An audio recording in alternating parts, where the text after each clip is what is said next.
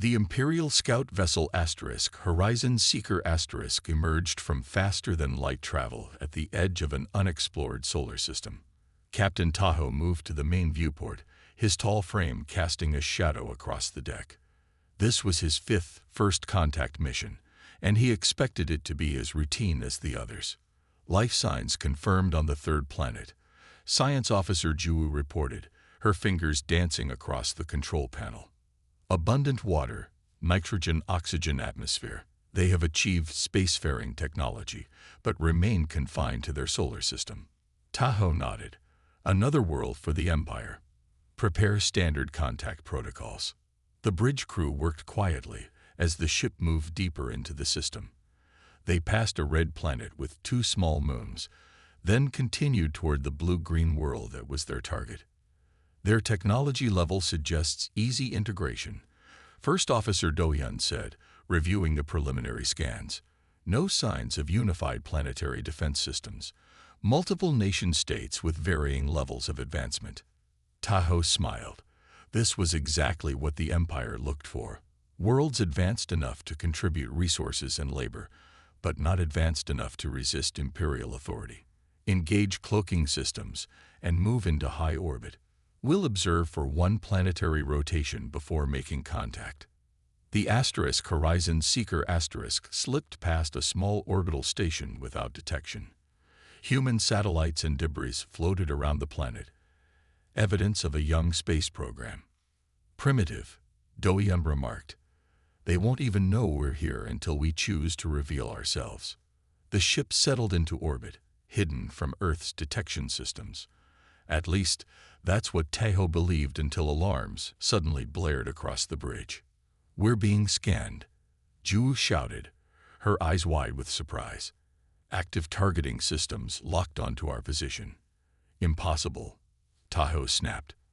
Our cloaking technology is undetectable, To. A voice cut through their communication system, speaking in perfect Imperial standard. Unidentified vessel, you have entered restricted space. Power down and identify yourself immediately. The bridge fell silent.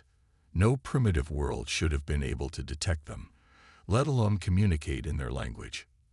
They're bluffing, Do-hyun whispered. They can't possibly.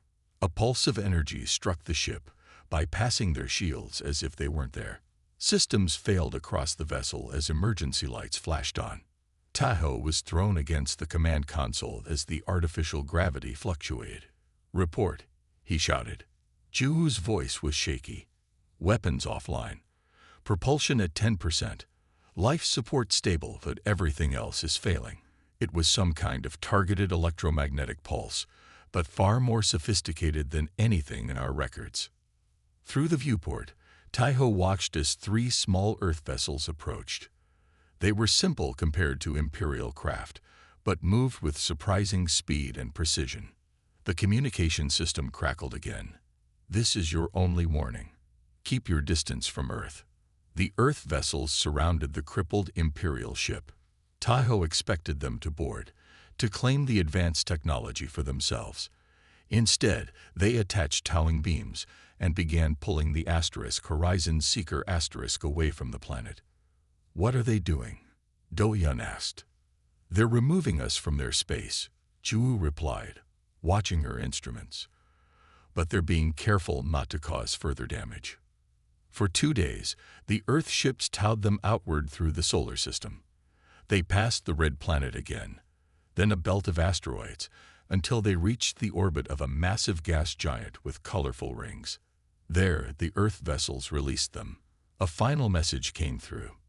Your engines have enough power to return to your territory. Do not come back without permission. The Earth ships turned and accelerated away, soon vanishing from their sensors. Grand Admiral Minji stood before the massive viewscreen in the Imperial flagship Eternal Dawn The blue-green planet called Earth rotated slowly in the display, looking peaceful from this distance. 5 Imperial vessels hung in space around him, all keeping well outside the boundary the humans had established. Show me the data again, Minji ordered. Fleet scientist Sumbo nodded and activated a series of holograms. The scout ship's encounter was not a fluke. Earth possesses technology that can detect our cloaking systems. We've been observing them for 30 days now, and the results are troubling. Minya frowned. In his 200 years of service to the Empire, he had never encountered a species that rejected contact. Most worlds eagerly joined the Empire for protection and access to advanced technology. Those that resisted were quickly subdued. What makes these humans different? He asked. Sungo pulled up images of Earth's surface. Their homeworld is remarkable. Higher gravity than most life-bearing planets. Significant background radiation. Extreme climate variations. And the evolutionary history shows constant predator pressure. So they're physically sturdy. That doesn't explain their technology. Their development path was unusual, Sungo continued. Most species achieve unity before developing spaceflight. Humans achieve space travel while still divided into competing nation-states. Their history is filled with conflicts that drove rapid innovation. As they spoke, alarms suddenly blared throughout the ship. Lieutenant Yuri rushed onto the command deck. Admiral, 6 small objects approaching at high speed. Minya straightened. Weapon status. They appear unarmed. Unmanned probes of some kind. On the view screen, 6 sleek vessels emerged from the darkness of space, moving faster than Imperial interceptors despite their small size. They slowed as they approached the observation fleet, then took up positions near each Imperial ship. They're scanning us, Sungo reported. Impressive technology. Our stealth probes within their solar system have also been detected and are being tracked. Minya watched the human probe hovering near his flagship. Its design was elegant. No wasted materials or energy. The Empire's engineers could learn from this. Send a communication to Earth, he decided. Tell them we mean no harm. We are only observing. Minutes passed before a reply came. Observation from your current position is permitted. Any approach closer than the gas giant's orbit will be considered hostile. Minji nodded. At least they're willing to talk. Continue monitoring all transmissions from the planet. Over the following weeks, the Imperial fleet gathered remarkable data. Earth broadcasts revealed a complex civilization with thousands of languages and cultures. Humans had nuclear technology, were experimenting with fusion power, and had begun colonizing their moon and the red planet in their system. Most interesting were their entertainment broadcasts. Fictional stories about alien invasions and galactic empires. These humans had been imagining contact with other civilizations for generations. They've been preparing, Minji realized. They always suspected they weren't alone. One afternoon, Sungo rushed into Minji's quarters, his face pale. Admiral, we've detected unusual energy signatures throughout their solar system. Hidden outposts with defensive capabilities, disguised as natural asteroids or debris. He projected a map showing dozens of concealed human installations. Their apparent technological level is misleading. Sungo continued. Their public space program appears basic, but these hidden installations use far more advanced technology. They've been developing in secret. Minje studied the data carefully. These defense systems could cause significant damage to an invasion fleet. Why hide their true capabilities? Perhaps to avoid appearing threatening until necessary, Sungo suggested. The final piece of the puzzle came when one of their long-range probes detected a human ship far outside their solar system, returning from what appeared to be a scouting mission of its own. The humans were exploring beyond their system, but keeping this capability hidden. That evening, Minja composed his report to the Imperial Council. His conclusion was clear. Earth was unlike any world they had encountered before. Its inhabitants had somehow detected the Empire's approach long before the scout ship arrived and had prepared accordingly. I recommend diplomatic contact only, he wrote in his final assessment. These humans represent a potentially serious threat if provoked. Their technological development follows different principles than ours, making their capabilities difficult to predict. As Minji sent the report, a small human probe drifted past his viewport. It seemed to watch him, its sensors recording everything. The humans knew they were being studied, and they wanted the Empire to know they were watching too. Minja looked again at the distant blue planet. For the first time in his long career, he felt something unusual when considering a primitive world. Respect. The neutral meeting station hung in deep space, exactly halfway between Earth's solar system and the nearest Imperial outpost. It was a small structure with just enough room for the two delegations to meet face to face. Ambassador Hannah adjusted her formal blue robes as she prepared to represent the vast galactic empire to these troublesome humans.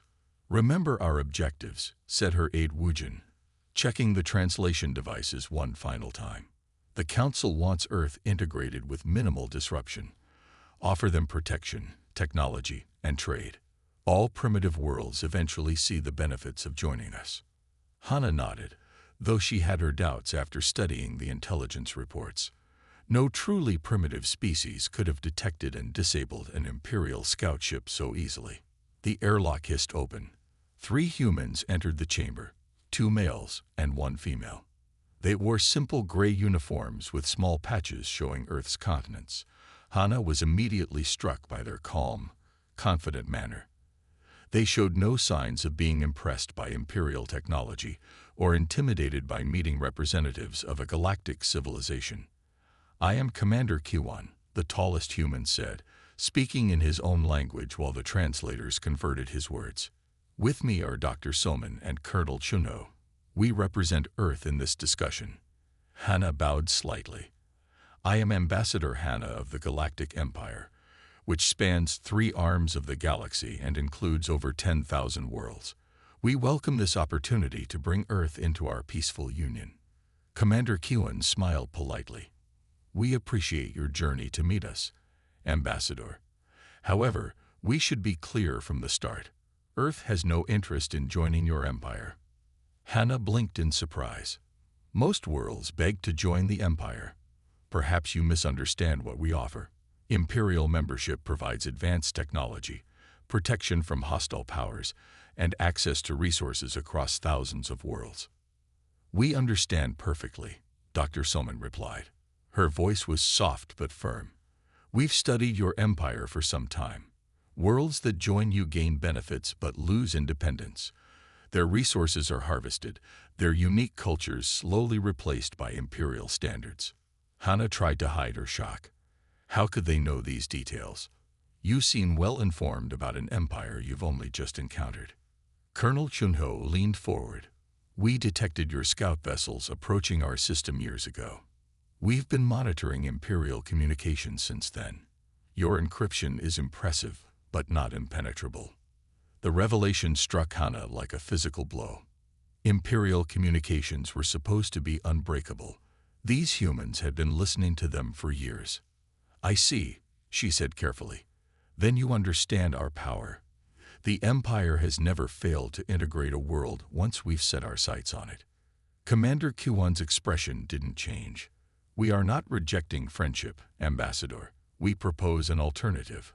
Earth remains independent, but we establish trade relations and knowledge exchange on equal terms." The meeting continued for hours. Hannah found herself increasingly unsettled by the humans' directness and knowledge. They discussed imperial politics with surprising accuracy. They politely rejected every argument for joining the empire. They showed no fear when she subtly mentioned imperial military might. "Before we conclude," Dr. Soman said near the end, "we wish to provide you with information that may help the Imperial Council understand our position." She placed a small crystal device on the table. "This contains details about Earth's defensive capabilities." Hannah accepted the device with caution. "A gesture of trust." "A gesture of clarity," Colonel Chunho corrected. "We prefer peaceful relations, but we want there to be no misunderstandings about our ability to defend ourselves." As the humans prepared to leave, Commander Kiwan made one final statement. "Please convey to your council that Earth wishes to be a good neighbor to the Empire. We respect your civilization and hope for productive relations, but we will remain free." After the humans departed, Hannah and Wujin reviewed the data crystal. Furthermore, Minja continued, "Earth has demonstrated the ability to detect and track our ships, even when using our most advanced cloaking systems. They've established hidden outposts throughout their solar system that we initially missed. Supreme Counselor Tadong leaned forward. We have ruled 10,000 worlds for 20 millennia. Our empire spans 3 galactic arms. And yet you suggest we cannot manage one small planet. Not without unacceptable losses, Minja replied firmly. These humans are different. They think differently. They fight differently.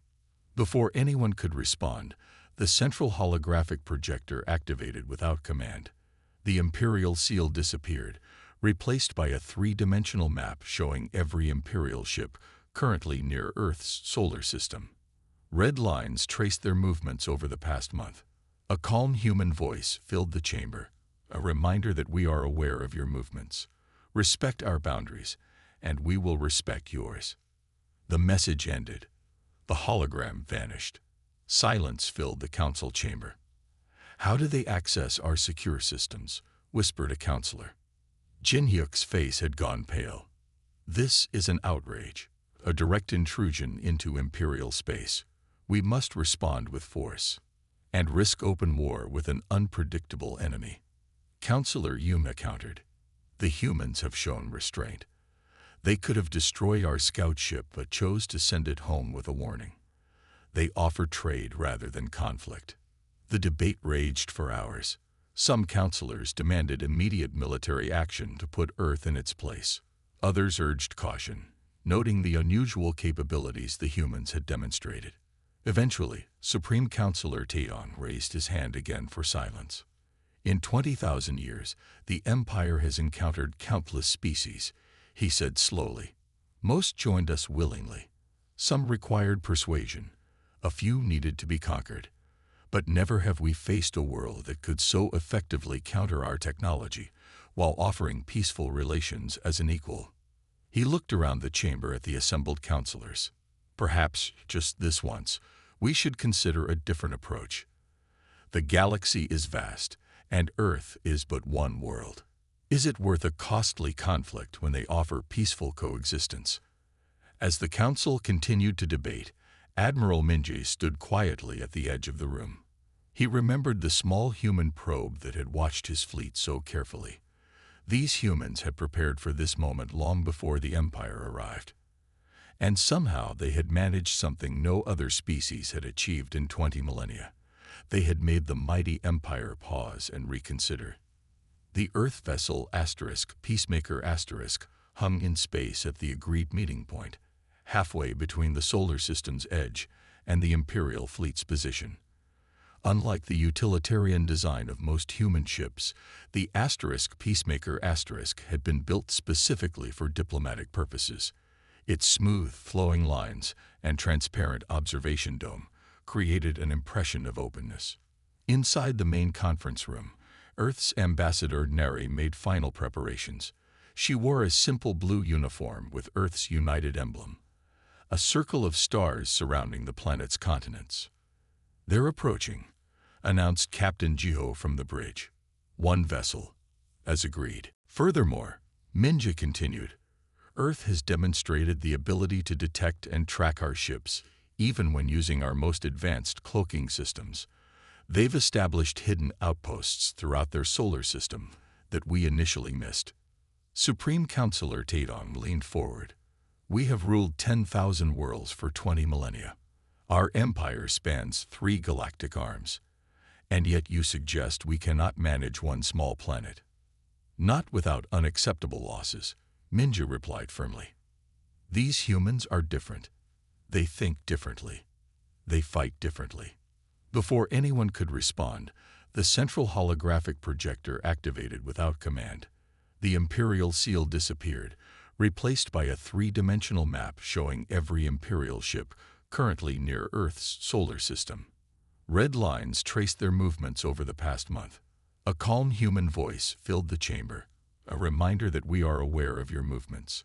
Respect our boundaries, and we will respect yours. The message ended. The hologram vanished. Silence filled the council chamber. How do they access our secure systems? Whispered a counselor. Jin Hyuk's face had gone pale. This is an outrage, a direct intrusion into Imperial space. We must respond with force and risk open war with an unpredictable enemy. Counselor Yuma countered. The humans have shown restraint. They could have destroyed our scout ship but chose to send it home with a warning. They offer trade rather than conflict. The debate raged for hours. Some counselors demanded immediate military action to put Earth in its place. Others urged caution, noting the unusual capabilities the humans had demonstrated. Eventually, Supreme Counselor Taeon raised his hand again for silence. In 20,000 years, the Empire has encountered countless species, he said slowly. Most joined us willingly. Some required persuasion. A few needed to be conquered. But never have we faced a world that could so effectively counter our technology while offering peaceful relations as an equal. He looked around the chamber at the assembled counselors. Perhaps, just this once, we should consider a different approach. The galaxy is vast, and Earth is but one world. Is it worth a costly conflict when they offer peaceful coexistence? As the council continued to debate, Admiral Minji stood quietly at the edge of the room. He remembered the small human probe that had watched his fleet so carefully. These humans had prepared for this moment long before the Empire arrived. And somehow they had managed something no other species had achieved in 20 millennia. They had made the mighty Empire pause and reconsider. The Earth vessel Peacemaker hung in space at the agreed meeting point, halfway between the solar system's edge and the Imperial fleet's position.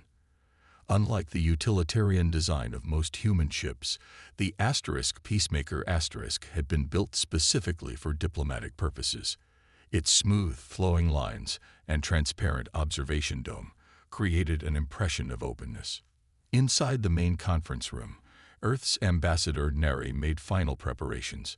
She wore a simple blue uniform with Earth's united emblem, a circle of stars surrounding the planet's continents.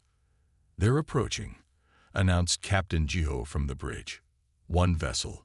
As agreed. Neri nodded calmly, though she felt the weight of responsibility. After months of tension, this meeting would determine whether Earth and the Empire would find peace or conflict. The Imperial diplomatic vessel docked with gentle precision. It was smaller than most Imperial ships, but still impressive, gleaming silver with symbols of authority etched into its hull. The airlock cycled open, and 3 Imperial representatives entered. Diplomat Hyunwoo led the Imperial delegation. He had studied Earth culture extensively since the first contact incident. Behind him walked 2 Imperial guards, their ceremonial armor more decorative than functional, a gesture of trust. "Ambassador Neri," Hyunwoo said, bowing slightly. "The Imperial Council sends greetings." "Welcome aboard the Peacemaker Neri replied. "Please, be seated." They sat at a round table made from real wood, a rarity in space. Hyunwoo noticed this detail with appreciation. "The Empire has considered Earth's position carefully," Hyunwoo began. "While unprecedented, we are prepared to recognize your solar system's independence." Neri maintained a neutral expression. Though this was a significant victory, no world had ever maintained independence after Imperial contact. "We appreciate the Empire's wisdom," she said. "Earth has no desire for conflict." Hyunwoo placed a data crystal on the table. "These are our proposed terms: a formal recognition of Earth's boundaries, established protocols for communication and trade, regular diplomatic exchanges." As Neri reviewed the terms, Hyunwoo studied her with curiosity. "May I ask a personal question, Ambassador? Why has Earth chosen isolation when the Empire offers so much? Technology, knowledge, protection, all would be yours." Neri smiled slightly. "Our isolation isn't born from fear, but from wisdom. Cultural exchange must be gradual to avoid destroying what makes each civilization unique. We've studied your history. Worlds that join the Empire too quickly lose their identity. And your advanced technology." Hyunwoo pressed. "Our scientists are still puzzled by some of your capabilities. How did Earth develop such systems without galactic knowledge?" Necessity, Neri replied simply. On Earth, we evolved facing constant threats, from nature, from each other. We learned to adapt, to innovate. When we discovered we weren't alone in the universe, we prepared accordingly. She gestured toward the viewport, where Earth's sun was visible as a distant star. Our history is filled with conflicts that nearly destroyed us, but from those dark times came understanding. We united not because someone forced us to, but because we recognized that our differences make us stronger when we work together. Hyunwoo nodded slowly. The Empire began much the same way, 20,000 years ago. Perhaps we have forgotten some of those early lessons. They spent hours finalizing the agreement. The formal terms were simple: a clear boundary around Earth's solar system that Imperial ships would not cross without permission. Diplomatic channels would remain open. Limited trade would be permitted at designated points. As they prepared to conclude the historic meeting, Nari presented Hyunwoo with a small wooden box, hand-carved with images of Earth's diverse landscapes. A gift, she said, opening it to reveal several small packets, seeds from Earth plants. Each one contains the potential for new life, if given the right conditions to grow. Hyunwoo accepted the gift with genuine appreciation. A thoughtful symbol. A reminder, Neri said, that sometimes the greatest strength comes from the gentlest things. These seeds appear fragile, yet they contain everything needed to become something magnificent. As the Imperial delegation prepared to depart, Hyunwoo paused at the airlock. The Empire has existed for 20 millennia. Ambassador, we have encountered thousands of species, yet none quite like humans. I believe we have much to learn from each other. Nari nodded. That is our hope as well. Not as subjects and rulers, but as equals with different perspectives. From the observation dome, Nari watched the Imperial vessel detach and move away toward the waiting fleet. For the first time in known history, the great empire had met a world it could not simply absorb into its vast collection. The most powerful civilization in the galaxy had recognized Earth's right to choose its own path, not because of superior weapons or numbers, but because of a single world's determination to stand firm while offering friendship rather than fear. As the Peacemaker turned toward home, Neri looked back at the stars where the Imperial ships had been. The boundary between Earth and Empire was invisible to the eye, but clear in understanding. A line drawn not in space, but in mutual respect. How did they detect us? Do-hyun wondered aloud. How did they disable us so easily? Taho stared at the distant blue planet, now just a small dot from this distance. In 5 previous first contact missions, he had never encountered anything like this. The Empire had conquered thousands of worlds across 3 galactic arms, and yet this one planet had effortlessly repelled their approach. Set course for Imperial space, Taho ordered quietly. The Council must hear of this immediately. As the damaged ship limped away, Taho couldn't shake a feeling of unease. The humans hadn't destroyed them when they easily could have. Instead, they had delivered a message, and a demonstration of power that would send shockwaves through the Empire. They had discovered a world that didn't fear them, a world that was more than it appeared, a world that had sent a clear warning. Keep your distance from Earth.